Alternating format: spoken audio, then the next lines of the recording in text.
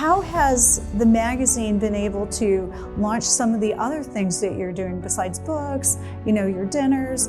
Can we talk about that? I take a group of people every quarter to one of the people who I either work with or have mentored me to give them access. Because one of the first things that I learned from my first mentor and from my time with Tony Robbins, I was head of security with Tony Robbins for over 10 years, is proximity is power. And that's one of the strategies I've used over and over and over. Is if I put myself around successful people, they'll put me around successful people. Hey, and welcome to Speaker Live TV. I'm your host, Leah Woodford. And for those of you that really want to be rockstar speakers, I have an amazing guest. This is my friend, my client, and a rock star on stage, Dave Sanderson. Welcome to the show, Dave. Thank you for having me today. So, Dave, let's talk about life on the road as a speaker. We've done it. I've been the privilege of speaking over 1,700 times around the world. It's exciting at first, and then you get to that point where it just wears you down. It just wears you down, and you can't really focus or really do anything right, anything well, I should say.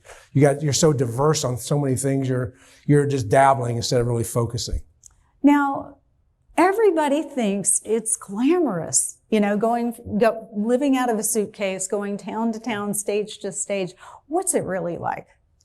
At first it is glamorous, right? I mean, they're treating you like a rock star. You're going to great venues, but you get to that point where it's like you don't even recognize the airports that you're in. You know everybody in the airports you walk through, which is amazing because I've met so many people through the airports. But it's just to that point where you're just, I've told this so many times in the same way. I've got to do something different. I've got to do something different, or I'm going to burn out. And there comes that leverage point, and I think that's what happens to everybody who's a road warrior.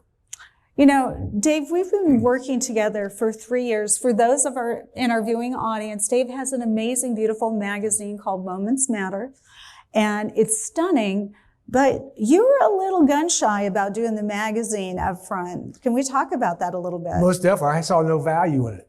My first thought was, I'm not Oprah, I'm not Joanna Gaines, I'm not going to make any money off this.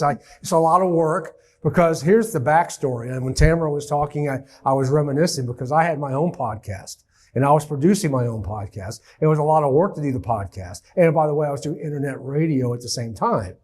And I'm like, is this going to be another one of these kind of gigs, right? Where I'm just going to burn out. So at first I was very apprehensive, but Leah opened my mind on how I could use it effectively. So I said, you know what? Let's go for it. We're going to do this for a year. We're going to go all in and see what happens. And it's been 3 years. And it's and now we're going on 3 years now, and it's a learning experience. The first couple were learning experiences, but there was that one moment. I think Delane has it. I think everybody's got that one moment. All of a sudden, something triggers, and I had that moment, and all of a sudden I realized something. It's like I not only could help other people share their stories, but I could also help myself be able to get myself on other places that no one would ever think about. And you've done that. Yeah. One of the things that I want to talk about is you've made some amazing contacts by putting them on the cover of your magazine. Can we talk about, I don't know, let's just go with Chris Voss, for instance. Chris Voss, I shared the stage with him in Nashville, CoachCon, and he came up to me at lunch and said, hey, I really enjoyed your talk. You really had some amazing, amazing content. And I said, I love what you're doing. He said, let's connect up. Gave him a phone call and said, I'd love to put you on my magazine cover. And he said, no problem, let's do it. And so that was just amazing how, when you get out there, and speaking's just an avenue. That's, once you realize, for the first few years, it was a revenue stream. But then it really turned into basically the avenue to be able to have not only, other places to go, but meeting these people. So it's some of the people we've had on these covers are amazing people. And why don't we talk about a couple of those? Yeah, Amy Porterfield. That's the one that really set me over the top. And the reason why was this. I have a PR person up in Toronto. Her name's Rania. And we were talking, and, I know anybody's here from Canada, but International Women's Month's a really big deal up there. Really big deal. She goes, why don't you, focus some more on women? Because I had some men going on, right? I was doing a lot of men stuff. So that issue, I said, we're going to do all women. We're going to celebrate International Women's Month. So I had all these women, and I called Amy. I've known Amy for 25 years, and Amy, I don't know if you know this about Amy Porterfield. She was the first woman to reach, revenue over $100 million online. She's now doing over $200 million online. She's cracked the nut, right? She's done it. So I called her up and we had a conversation and we had a very close connection. And she said, of course I'll do it. And then I just put some other women in there that I thought they had some leadership potential that could really want to get their message out. And that's the one that started triggering, because we got over 9,000 downloads like within, I think, 72 hours of that magazine. And that was one of your first magazines. It was number 4. Yeah. It was number 4 magazine. So yeah, that was the one that we sort of figured it out. And after that, well, I think once people saw that, they're like, this guy's got something, right? But what really has helped me a lot with this, more than anything else, is it makes me unique in the speaker world. There's not too many other speakers that have their own magazines. And now I'm having speakers come to me and say, can I get in your magazine? It's like, we'll see. We'll see, right? We'll see how we can do on this. So Dave, one of the things that I want to talk about is so many speakers. I know you were in this boat for a while. Speaking was your only lead generation. Yeah. How has the magazine been able to launch some of the other things that you're doing besides books, your dinners? Can we talk about that? Yeah, most definitely, because, the magazine was, at first, like I said, we were testing it out, but all of a sudden I realized, yes, we do have other people who advertise in it, but we've changed the strategy on that even. I'm now giving away the advertising to white label their product with them. So now I'm revenue sharing the product with them. So I just give them the ad for free now and revenue share off of that. So we figured out different ways for that. But what really launched out of that was my mentor dinner series. And I do this on a quarterly basis. And Leah was very kind to host us in her house. But I take a group of people every quarter to one of the people who I either work with or have mentored me to give them access. Because one of the first things that I learned from my first mentor and from my time with Tony Robbins, I was head of security with Tony Robbins for over 10 years, is proximity is power. And that's one of the strategies I've used over and over and over is if I put myself around successful people, they'll put me around successful people. So I just took this strategy. So I take my group and on a quarterly basis, put them in front of somebody of influence. And, it's amazing because basically we sit there at dinner for 3 hours. I shut up and let the mentor basically tell their story, tell what they do significantly well. Because one of the things that I talk about is everybody in this room's got a distinct advantage, what they're most gifted at and most passionate about. And that's what I'm looking for people. Those are the people who are actually, we call it scaling. I'm going to talk about that in a minute, but Leah's figured it out in branding. So when we did the thing with, the dinner with Leah, we really talked about how do you brand yourself, even if you're working for a company. How do you brand yourself within a company? So those are the kinds of things that are offshoots out of the magazine is all of a sudden have taken us a whole different direction. I know. Well, look at your brand has evolved so much as well as your magazine. And it's continuing to change. As you grow, your marketing needs to change too. And I don't know about you guys, but this guy, when I first started working, you're a little bit heavier, just a little bit. Yep, just a tad bit. Just a tad bit, but he's changed the way he looks. The way I dress. I would never worn jeans and shoes like these ever, right? Ever. Until last time we were at Debbie's event a few months ago and Leah took me out shopping. And I hadn't been shopping. I told her I hadn't been shopping in years, man. I don't do this. So these are the jeans right here I got, right? And one of the t-shirts I got. I'm like, I don't know if I'm cool enough for this. But I've been wearing it. It's very cool. My wife's like, you had another woman shop for you? It's like, yeah. I said, I didn't know what I was doing. I know what I always did Dillard's. What's a Dillard's, right? So Leah was very instrumental in this. And this is sort of how I approach myself because the market that we want to get to are those folks who are looking to how do they grow? How do they find their mission? How do they do the things that I've done? So be able to teach them how to do this, because one of the biggest challenges I see is I think the millennial groups and the Gen Zers are the smartest groups out there. Absolutely. But they don't have what some of us have. It's called wisdom. They haven't put the reps in yet. So if I can do what my mentor did, first mentor was 77 years old in 1983. Wow. So I got reps from him. So now I'm just paying it back. But if I want to relate, that's what I got to look like. And Leah was actually the first person to recognize that because I was always, as she knows, always a suit guy. I always showed up in a suit. I was a business guy, right? Corporate. Not anymore. Well, and here's the thing. How many of us really evolve as our audience changes, right? Yeah. when they change, and guess what? The event planners are getting younger, you know, and they're not going to be looking at your demo reel. Yep. They're going to be checking out your social media. They're going to Google you, and you have to walk your talk, but you really have to embrace what you do. And Dave, you already had it. I just need to repackage it a little bit.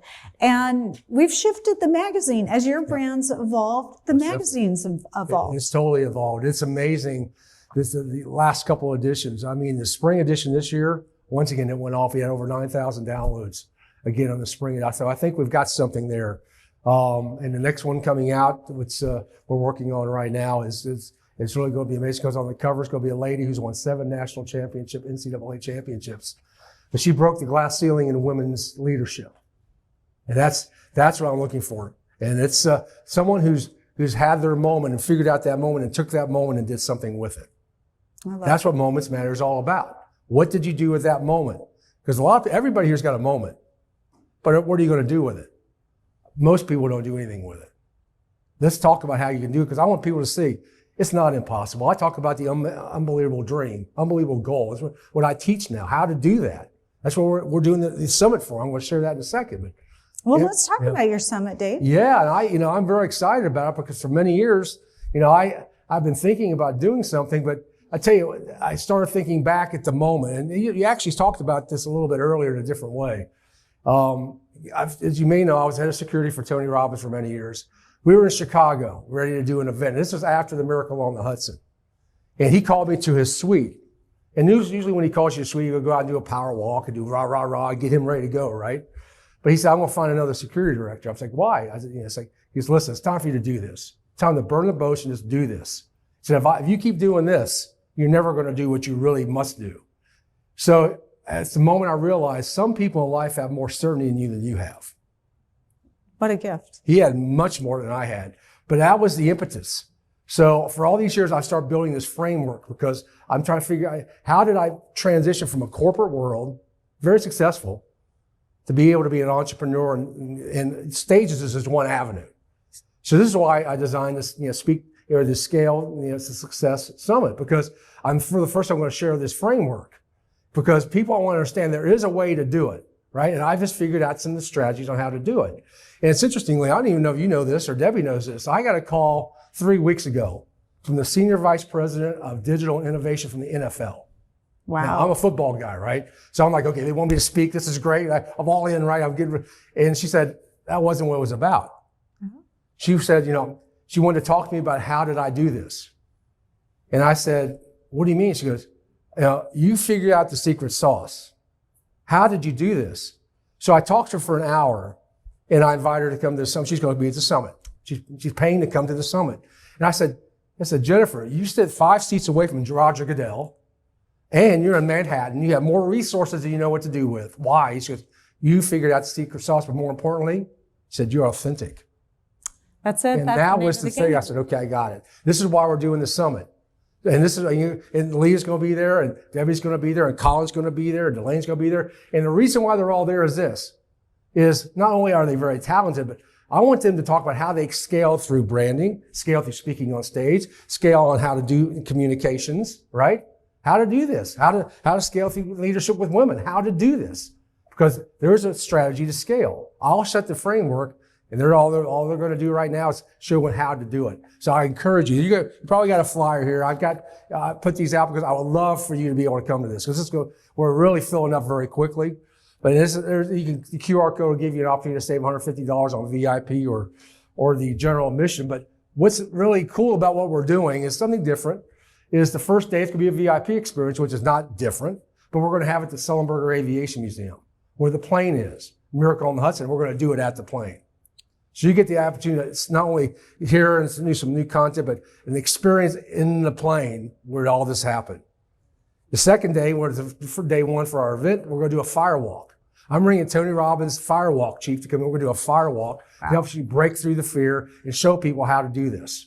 So we're going to make it not only a very content-filled event, but we're going to give you an experience that say, you know what? I know now how to scale whatever I want to scale, whether it's my life or scale my business. There's a framework, and we're going to go through this framework very painstakingly so people can get the framework. And one of the tools I'm going to talk about, and this is something that I'm now talking about. It's called time as a tool. And all of you ever heard that topic? But this is the one that set me off, Leah. This is the one that accelerated my growth. Because most people will say, I'll get you a goal in 5 or 10 years. They'll put this out there. But then someone about a month ago called me. Mm-hmm. They read an article on one of my blogs I did about 3 years ago called Moonshot. And I write blogs all the time. And it's called Moonshot. And it was called, I really talked about John F. Kennedy's big thing about going to the moon and back by the end of the decade. And they were like, how did you come? I said, well, I love space and I grew up with Kennedy. So it's like, I was really connected. And I said, but what I really realized out of that is what John F. Kennedy's true distinct advantage was, communication, but he used time as a tool. Everything he did in his short 3 years as president had a deadline, like Cuban Missile Crisis. I don't even remember that. He said 13 days. Wow. It wasn't 13 days in 1 second. And it was over in 13 days. The moonshot, end of the decade, right? Return them. So he used time as a tool. So now I teach a tool called OPA on how to use time as a tool to be able to get whatever you want in a compressed time frame. That's a great time to end the show. Yep. So if you guys want to find out more about, what's it called? The time as a tool. Time as a tool. You're going to have to talk to Dave because we've got to get back and close out the show. But this has been Leah Woodford with Speaker Life. Thanks for watching.